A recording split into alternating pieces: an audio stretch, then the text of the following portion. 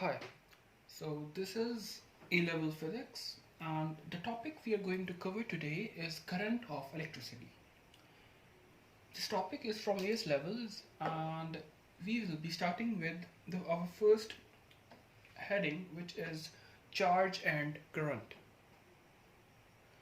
Charge is defined as the product of current and time, and charge is denoted by Q and current is denoted by I and time is denoted by T. So Q equals to IT and charge have a symbol of coulombs.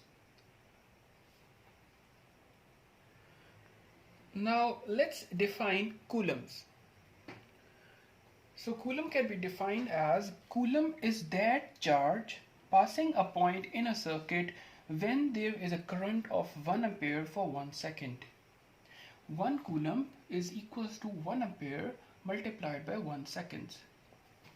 So do remember that when we are defining units, we have to define them in terms of units.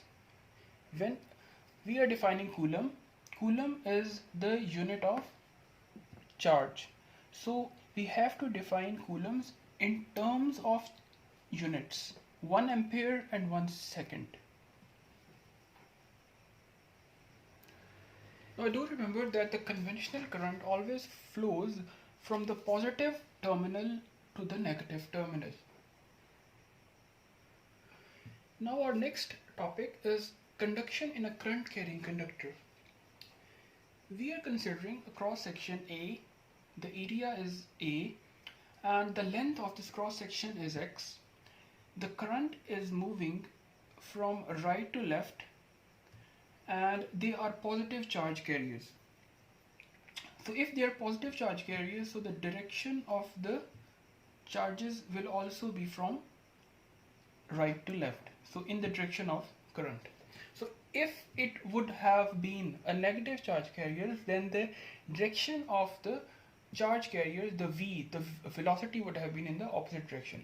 So this is the current, this is the length, this is the area, and this is the velocity, and these are the charge carriers. So the total charges we can assume at any cross section is this length multiplied by the area. We will get the volume AX multiplied by the charge, which is Q, and N. We are considering that there are N number of charges, so N number of charges are there. So this is the total number of charges. We can assume that the time interval to be x over v, x over the velocity. We know that velocity is distance divided by time, so t becomes x over v. So t is x over v.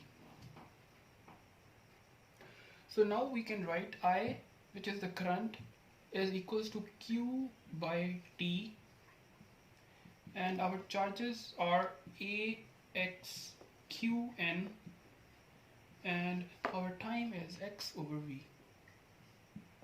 So x gets cancelled out and this becomes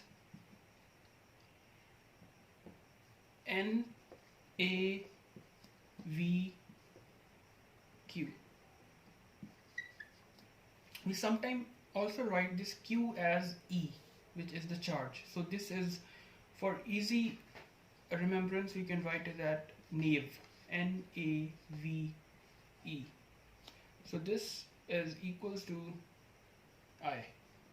So I is equals to NAVE is the current in this cross section. Our next heading is potential difference. Potential difference is basically the energy transferred from electrical form to a non-electrical form. Energy transferred can also be written as work, because when energy is being transferred, work is being done. So voltage can be written as energy over unit charge or work over unit charge. From here we can write that work done is equals to voltage multiplied by charge. So now if we are being asked to define 1 volt, how we will define it? We will say that 1 volt is 1 joule per coulomb. So in other words, we can say that 1 volt is the potential difference between 2 points such that the energy transferred, when the energy is transferred from electrical form to a non-electrical form, is 1 joule per coulomb of electric charge passing from one point to the other. So let's move on to our next topic, which is power.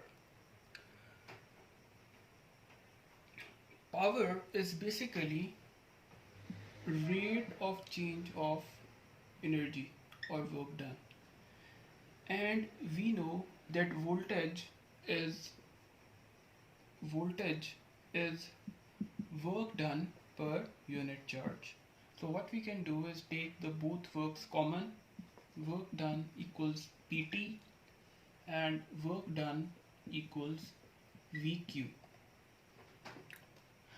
So what we can do is PT equals VQ, so that this Q over T becomes Q over T.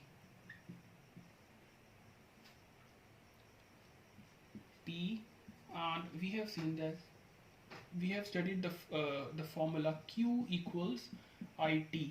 So I is Q over T.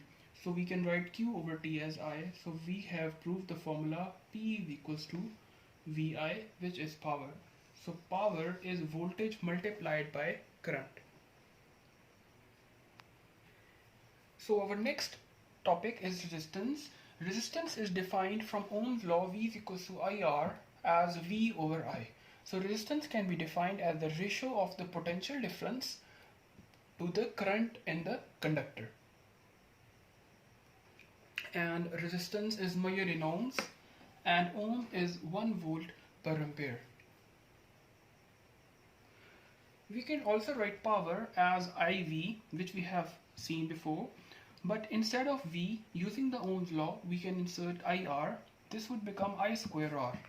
So P is equals to I square R.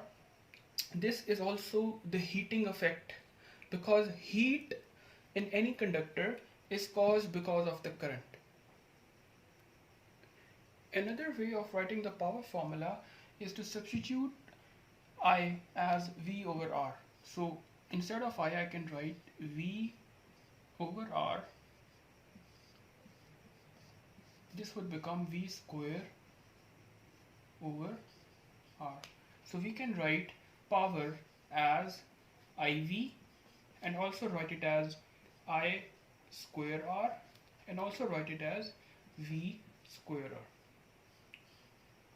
You simply have to see the given data and use these formula accordingly.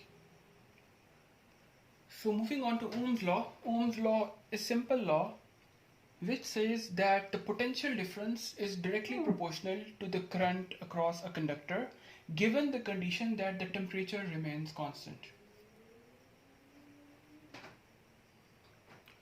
Now here we see some of the characteristics for a diode and a filament bulb. Do notice that this is the curve for the filament and this is the curve for diode, and this is IV curve.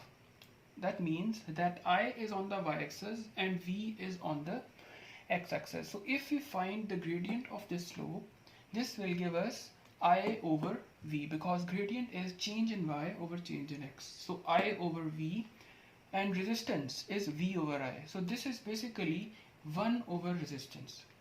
So as we can see over here, the gradient decreases. So as the gradient of this graph decreases, the gradient decreases, the resistance of a filament increases. Okay, so for this case, this is a diode. Over here the gradient increases, so the resistance decreases. So moving on to resistivity. Resistivity is basically defined by P, and the formula is resistance is equals to resistivity into length divided by A, where length is the length of the conductor of any conductor, P is the resistivity, and A is the cross-sectional area of the conductor.